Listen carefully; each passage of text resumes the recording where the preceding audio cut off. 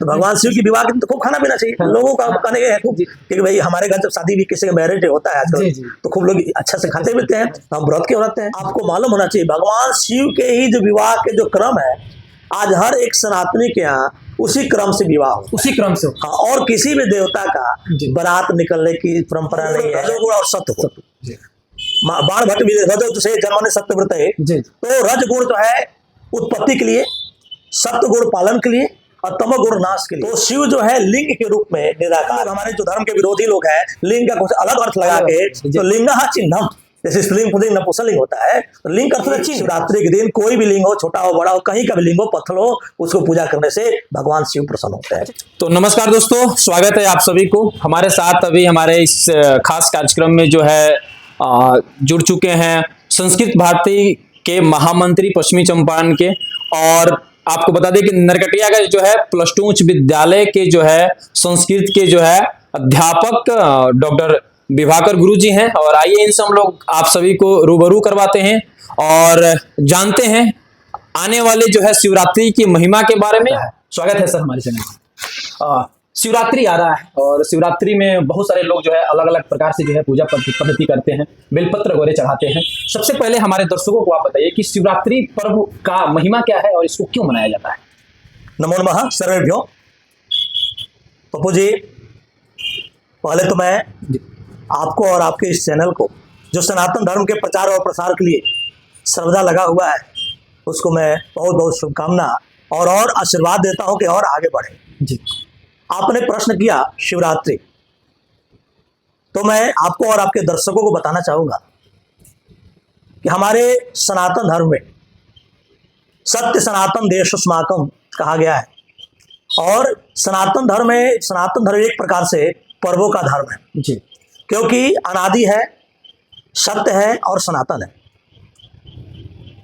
शिवरात्रि जैसे नाम सुनते ही लगता है कि शिव से रात्रि, शिवरात्रि जब हम समास करेंगे, षष्ठी तक पुरुष समास करेंगे, तो 12 महीने में 2 पक्ष शुक्ल एवं कृष्ण पक्ष होते हैं, और हर पक्ष में शिवरात्रि मनाया जाता है जी। लेकिन फाल्गुन महीने के कृष्ण पक्ष के चतुर्दशी तिथि जिस रात्रि में हो, उस रात्रि को हम लोग महाशिवरात्रि बनाते हैं जी। महान चासो रात्रि शिवरात्रि। तो 3 प्रकार के, देखिए, और सभी जो पर्व हैं जिसका महत्व दिन में होता है जी, लेकिन 3 ऐसे पर्व हैं जो हिंदू धर्म के सबसे महत्वपूर्ण पर्व है, जिसमें जागने का महत्व है जी। मैं थोड़ा सा उसमें चर्चा करता हूँ जी। एक है काल रात्रि जी, नाम सुने होंगे, भगवती को सुना ना। काल रात्रि, महारात्रि और मोहरात्रि जी जी, 3 रात्रियां जो है बड़ी प्रसिद्ध है। तो काल रात्रि दीपावली की रात को कहते हैं। अच्छा, निशा पूजा का बहुत महत्व होता है वैसे, और रात्रि जागरण का महत्व होता है। दूसरी रात्रि मोहरात्रि, भगवान कृष्ण का जन्म जब हुआ था, कृष्ण जन्माष्टमी जिसको हम बोलते हैं, उस समय बहुत काल रात्रि टाइप की थी, और उसको मोहरात्रि, उस समय सभी लोग मोहित हो गए थे, और सब लोग जैसे थे मोहित होकर भगवान, तो मोहरात्रि के दिन भी, अर्थात भगवान कृष्ण के जन्म के दिन भी जगने का, रात्रि को पूजा करने का महत्व है जी। तीसरी रात्रि महाशिवरात्रि है, जिसको महाशिवरात्रि बोलते हैं, महारात्रि बोलते हैं, जो भगवान शिव से जुड़ा हुआ है जी। तो पप्पू बाबू, शिवरात्रि के लेकर कई पुराणों में, स्कंद पुराण हो, शिव पुराण हो, लगभग 2 या 3 प्रकार की कहानियां, कथा है। तो सबसे पहले मैं बता दूं, थोड़ा सा समय बहुत आपके पास कम होगी, कि एक तो भगवान शिव के जन्मदिन से भी महाशिवरात्रि को जोड़ते हैं जी।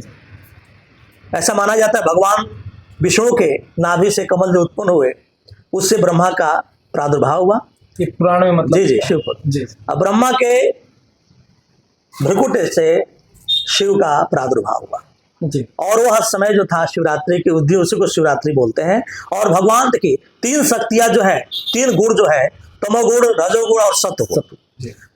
बाण भट्ट भी रजो से जन्मने सत्यव्रत है जी। तो रजगुण जो है उत्पत्ति के लिए, सत्वगुण पालन के लिए, और तमोगुण नाश के लिए। किसी के अंदर 3 गुण है, सबके अंदर है, लेकिन जिसके अंदर तमोगुण ज्यादा हो जाएंगे उसका विनाश होना चालू हो जाता है। तो भगवान ब्रह्म जो है सृष्टि के कर्ता है, भगवान विष्णु जो है वह सृष्टि के पालक है जी। शिव जो है संहारक है और रक्षक भी है सृष्टि के। इससे जोड़ा जाता है, भगवान शिव के जन्मदिन से भी शिवरात्रि को जोड़ा जाता है। कुछ पुराणों में, विशेषकर शिव पुराण में लिंग की, क्योंकि शिव जो है एक ऐसे देवता है जो साकार भी है और निराकार भी है जी। साकार और निराकार भी आप 10 में पढ़े होंगे। गुरु नानक जी की एक कविता है जी। तो गुरु नानक जो निराकार को मानते थे, तो निराकार और गुण और सगुण जो होता है, गुण का अर्थ हो गया, जो संस्कृत में जब हम 7 पदार्थ जब जानते हैं जी जी उसमें गुण भी होता है।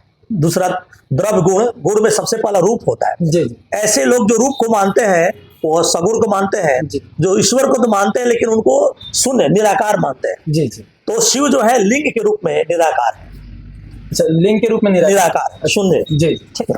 तो ऐसी कहानी है कि भगवान ब्रह्मा और विष्णु को अंदर एक अहंकार आ गया जी। शिव पुराण में।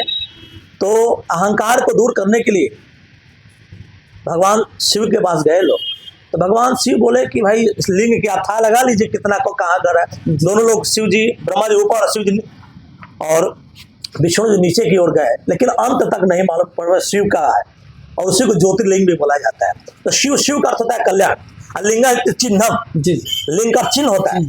कई लोग हमारे जो धर्म के विरोधी लोग हैं लिंग का कुछ अलग अर्थ लगा के, तो लिंग चिन्ह, जैसे स्त्रीलिंग पुल्लिंग नपुंसकलिंग होता है, तो लिंग का अर्थ है चिन्ह। शिव से लिंग, शिव से चिन्ह, शिव का चिन्ह, शिव का चिन्ह मतलब शिवलिंग। और उसके बाद से ये भी कहा गया शिव पुराण में कि शिवरात्रि के दिन कोई भी लिंग हो, छोटा हो बड़ा हो, कहीं का भी लिंग हो, पत्थर हो, उसको पूजा करने से भगवान शिव प्रसन्न होते हैं। अच्छा, शिवरात्रि के दिन विशेष तौर पे ये कहा जाता है कि महादेव की और माँ पार्वती की शादी की भी कुछ जी जी हाँ। जी। तो ये तो है, लेकिन आप शिव पुराण की बात किए तो कई तो भ्रांति, एक तो ये हो गया। जी। 2 प्रकार की हमारे यहाँ जो भारतीय पद्धति है, जी जी, एक दक्षिण भारत और उत्तर भारत। जी। हम लोग जहाँ पर है उत्तर भारत। जी। देखिए संस्कृति जो हमारी इतनी अच्छी है कि चाहे वो दक्षिण का रहने वाला हो, लेकिन शिव का पूजा, शिव जी का आप लिंग देखेंगे, भगवत कृपा से मैं 11 ज्योतिर्लिंग घुमा हूँ। अच्छा, 11 ज्योतिर्लिंग। और मैं बाल काल में आश्रम में पढ़ा, महर्षि में शिव जी का आश्रम में, और वहां से 11 ज्योतिर्लिंग घूमने का मौका मिला। अभी तक भगवत कृपा से केदारनाथ नहीं घूम पाया। जी। और काशी में लगभग 12 साल रहा भी हूँ। तो हर जगह शिव की जो आपको शिवलिंग मिलेंगे वो लगभग एकांत जगह में, पर्वतों पर, नदियों के तट पर। तो शिव जी जो हम उत्तर भारत में जो कथा है पार्वती, माता पार्वती का विवाह का, तो थोड़ा सा हम लोग चर्चा करते हैं कि माता सती के अग्नि में भस्म होने के बाद शिव जी ने प्रण लिया कि मैं विवाह नहीं करूंगा। जी। तो और वह तपस्या करने लगे। त्रिपुरासुर नामक एक राक्षस हुआ जो यह संकल्प किया, ब्रह्मा से वरदान मांगा कि मुझे अमृत का वरदान दीजिए, लेकिन उन्होंने बोला कि अमृत का वरदान किसी को नहीं मिल सकता है। तो बोला कि मुझे शिव का ही पुत्र मारे, ऐसा मुझे वरदान चाहिए। तो वो जानता था कि भगवान शिव विवाह नहीं करेंगे, जब विवाह नहीं करेंगे तो शादी उनका बच्चा कैसे होगा। तो लेकिन जब उसका अत्याचार बढ़ा तो देवताओं ने भगवान शिव के तपस्या को तोड़ने का प्रयास किया। उधर सती ही माता पार्वती के रूप में हिमालय के घर जन्म ली। जी। इसके विषय में महाकवि कालिदास ने कुमार संभव में बड़ी विस्तृत लिखा है। और भगवान शिव के तपस्या को, ध्यान को तोड़ने के लिए कामदेव भी गए और उनके तृतीय नेत्र के द्वारा वो भस्म हो गए। रति के विलाप के बाद उनको पुनः आशीर्वाद दी जाइए, अगले जन्म में या पुनः भगवान विष्णु के पुत्र के रूप में जन्म लेंगे। जब उनका विवाह के लिए जब पार्वती बड़ी हुई तो अपने सखियों के साथ, हर माता पिता चाहते हैं कि मेरे जो दामाद हो अच्छा हो। जी जी। और उनकी इच्छा थी कि मैं इनका विवाह विष्णु से करूंगा, लेकिन उनका जन्म ही हुआ था शिव के लिए, और शिव के से विवाह करने के लिए वे अपने सखियों के साथ कि यदि पिता मेरे कहीं और शादी करेंगे तो मैं नहीं करूंगी, वहां से वो जंगल में अपने सखियों के साथ चले गए। और भगवान शिव स्वयं ब्रह्मचारी के रूप में आते हैं और माता पार्वती की परीक्षा लेने के लिए बहुत निंदा, स्वयं की निंदा करते हैं कि तुम कहाँ एक अच्छे कुल की हो, शिव कहाँ जिसका एक कुल ही नहीं है, जो शमशान में रहता है, तुम्हारा कहाँ सोने का माला और वो कहाँ सर्पों का माला, दोनों एक साथ होंगे तो कैसे होगा। बड़ी निंदा करते हैं शिव को, शिव की स्वयं निंदा करते हैं शिव जी। तब वो गुस्सा करती हैं और बोलती है कि यदि आपको कुछ चाहिए तो ले जाइए, लेकिन शिव की निंदा में नहीं सुन सकती है। तब शिव प्रसन्न होते हैं और उनको वरदान देते हैं कि मैं शादी करूंगा। हिमालय के न चाहते हुए भी, और उमेनका उनकी पत्नी का नाम था, माता पार्वती की, और उनकी विवाह होती है। और आपको मालूम होना चाहिए भगवान शिव के ही जो विवाह के जो क्रम है आज हर एक सनातनी के यहाँ उसी क्रम से विवाह होता उसी क्रम से। है। हाँ, और किसी भी देवता का जी। बारात निकलने की परंपरा नहीं है। जी। इस तरह से शादी के लिए नारद जी अगुआ के रूप में गए थे। जी। माने जो भी हम लोग आज परंपरा निभाते हैं जी। वो ईश्वर के रूप में, राम जी तो बहुत बाद में हुए, जी। त्रेता के अंत में माना जाएगा उनको, लेकिन उसके पहले शिव जी को ही का आधार मानकर हमारे सनातन धर्म में विवाह की जो प्रक्रिया, बारात की प्रक्रिया हो या और भी ससुराल में जो स्वागत की प्रक्रिया हो, संपूर्ण रूप से भगवान शिव ही उसके आदर्श स्वरूप है। जी। तो शिव जी के विवाह की रात्रि को भी महाशिवरात्रि बोलते हैं, क्योंकि एक शिवरात्रि जो है भगवान शिव से जुड़ा हुआ है। महाशिवरात्रि का अर्थ कहीं नहीं होता है कि भगवान शिव की विवाह रात्रि। जी। यदि ऐसा करो विवाह रात्रि सीधे बोल दिया तो विवाह रात्रि महाशिव विवाह रात्रि, तो उसको महाशिवरात्रि बोला जाता है, क्योंकि उसी विवाह के बाद भगवान कार्तिक की उत्पत्ति जन्म हुआ, जी। जिन्होंने त्रिपुरासुर का वध किया। जी।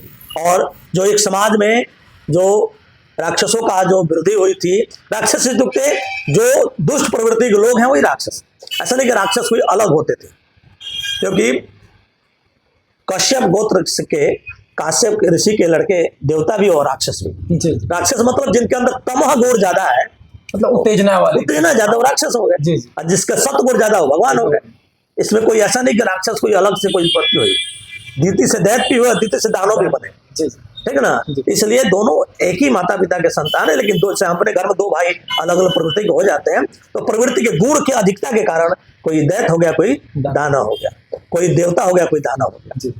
तो माता पार्वती के विवाह जो है हुआ, और उसकी जो अद्भुत कहानी हुई, आज हम लोग आदर्श रूप में मानते हैं, जिससे भगवान शिव की और पार्वती, माता पार्वती का विवाह की जो भी कहानी है, ये भी एक घट कहानी है, लेकिन इसके साथ साथ और भी कई कथा कहानियां हैं जो ये महाशिवरात्रि से जुड़ी। शिव जी, क्योंकि शिव की पूजा की महत्ता दी गई है। जी। और कई लोग कहते हैं अच्छा भगवान शिव की विवाह है और उस दिन हम व्रत रहे, तो भगवान शिव की विवाह के तो खूब खाना पीना चाहिए। लोगों का कहने है खूब, क्योंकि भाई हमारे घर जब शादी भी किसी का मैरिज डे होता है आजकल, तो खूब लोग अच्छा से खाते पीते हैं, हम व्रत क्यों रखते हैं? क्योंकि उस दिन कई कहानी है। एक तो कहानी है कि एक जो शिकारी जो था महाशिवरात्रि के दिन अपने परिवार के पालन पोषण के लिए एक जंगल में जाता है, पीपल के वृक्ष पर बैठता है और हिरण की प्रतीक्षा करता, कोई आएगा तो मैं मारूंगा, लेकिन कोई नहीं आया। धीरे धीरे कृपा तोड़कर नीचे गिराते गया और शिव जी पर पढ़ते गया। भगवान शिव प्रसन्न हो गए और उनको आशीर्वाद दिए। तो शिवरात्रि का बहुत महत्व है, और विशेषकर शिव पुराण में यानी कहानी तो शिवलिंगानी कहा गया है कि जहां भी कहीं शिवलिंग मिले, शिवलिंग मतलब शिव का स्वरूप, जहां शून्य, क्योंकि शून्य से ही सृष्टि का प्रारंभ हुआ है और शून्य में ही समाहित हो जाएगा, और उसकी पूजा करनी चाहिए।